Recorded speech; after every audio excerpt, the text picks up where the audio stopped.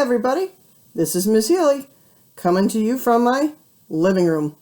And this video is for my 5th and 6th grade band students, and it's called Practice Smarter, Not Harder, so you can get gooder.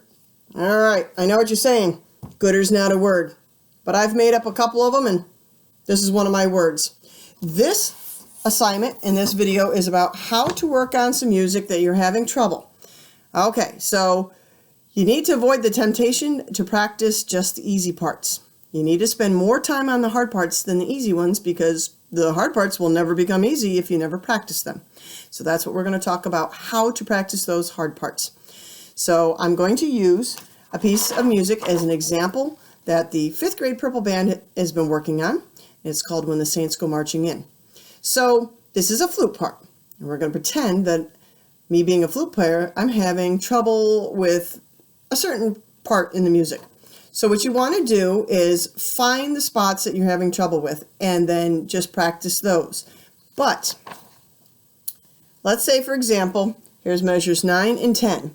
I need to make sure that, number one, I know how many beats are in the measure based upon my time signature right here. I also need to know if there's any notes that are going to be sharped or flatted based upon the key signature. Then the third thing I need to make sure is that I know what the notes are. Don't forget, the key signature is going to help dictate that too. So I need to know the letter names of the notes. If I don't know the fingering of a particular note, then I want to check my fingering chart.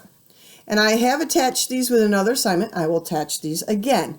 So you want to make sure that when you're looking at your fingering chart, so here's the flute fingering chart. Remember, there's more than one A, more than one B, more than one C, one and D, and so forth. So you need to make sure that it is in the right place on your staff. So check your fingering chart. Then the fourth thing is you need to make sure that you understand the rhythm. If you have any rhythms in your music that you're having trouble with, send me a private message. Tell me what the piece is and what measures, and I will try to help you out as best as I can through a private message. Now I'm going to use measures 9 and 10 as an example. So we've seen curved lines in music, and some of them connect notes that are the same pitch, like right here. That is called a tie. Ties connect notes of the same pitch, same fingering, same letter name, and make them longer. Just like when you take two pieces of string and tie them together, you get a longer piece of string. Well, in this case, you get a longer note.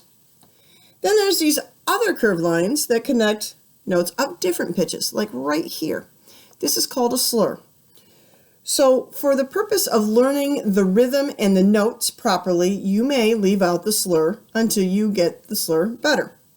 Now slurs are where you tongue the first note and don't tongue the rest of the notes. I know, I always say tongue your notes, tongue your notes. This is the exception to that rule. So looking at measures 9 and 10, I have a quarter rest, and in this case it's 1 beat because it's 4 beats in a measure, and I have 3 quarter notes. Rest, do, do, do. Or rest, ta, ta, ta. Or beat 1 is rest, and then beats 2, 3, and 4, you have 1 note on each one of them.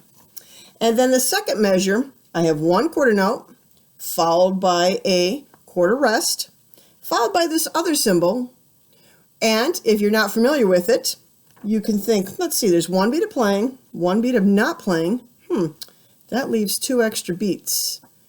2 other beats in that measure, and that is a half rest because it takes up half the measure. So you're going to rest for a total of 3 beats, 1 plus 2. Okay, so the next measure will be do, rest, rest, rest, or ta, rest, rest, rest, or beat 1 you play, and beats 2, 3, and 4 you don't. So you start really slow with it, okay? That's the whole key, is you got to start slow and then you work your way a little bit faster. Now, here's the trick, and this is where it becomes you want to practice it smarter, not harder, so you get gooder. You are going to take that 1 measure or the 2 measures. In this case, it's 2 measures that I'm using for an example. And you're going to play it 5 times in a row, 5, without making a mistake. Now, that doesn't mean 5 times of just playing it over and over and any mistakes that counts. It doesn't. It means it's got to be played 5 times without making any mistakes. And you start off slowly. because if you can do it slowly, you can do it a little faster. All right, so example that I gave you was this measures 9 and 10 will sound like this. Rest, rest, rest, rest. All right, now I have to play that 4 more times without making a mistake. All right, let's see what happens the second time. Rest. Rest, rest, rest. Okay, I got 2. I'll go for 3. Rest. Rest, rest, rest. Good, I got 3. Now I'm going to go for 4. Ready, go, rest. Uh-oh. I made a mistake. So what do I do now? I go back and start counting again at 1 and work slowly and do it the same slow speed till you get 5 times in a row. Okay? That's going to help you to reinforce the muscle memory in your fingers. Now, it may be more than one section that you're having trouble in a piece of music. It could be a piece of band music like this for an ensemble, or it could be a piece that you're working on from something else. Remember, just take the sections, either 1 or 2 at a time. And then, once you start getting those sections where you can do it 5 times in a row slowly, then go back to the beginning of the music and play through at a slow tempo. Remember, tempo means speed. Until you can connect them all together with minimal to no mistakes. So if you play through it finally and then, oh man, I'm still having trouble at a certain spot, go back and do it again. So that is your practice smarter, not harder, so you can get gooder. Yes, I'm using the word gooder because if I used proper English, you wouldn't remember this lesson. So what's your assignment? Okay, so the students that are playing the ensemble music, Purple Band has the When the Saints Go Marching In, and the 6th grade Gold Band has the Tribal Voices, and they have the Military March Medley. I want you to pick out the spots in the music where you're having trouble. And this is how you're going to get full credit for your assignment. Okay, don't just click the turn in button. I need you to send me a private message telling me where in your music, what music and where, and what measures that you were having trouble with, and that you did the practice smarter, not harder, so you can get gooder method. Now, those of students who are not in an ensemble, you can take any of the music that you may have been working on, because we do have some music that you can get from the drselfridgemusic.com, and any of those pieces that might challenge you a little bit, pick some of them, pick one piece, and then go through it and tell me what it was and where in the music you were having a hard time, okay? And then you're going to tell me how long it took you, how many tries, or say maybe how many minutes it took you before you finally could play that section that you were having trouble with. Because this is the technique that musicians use. I use it too. It's not the funnest, there's another word I made up, when you're practicing, but it's practical. Because if you learn something incorrectly, it's going to take you longer to unlearn it and then relearn it the proper way.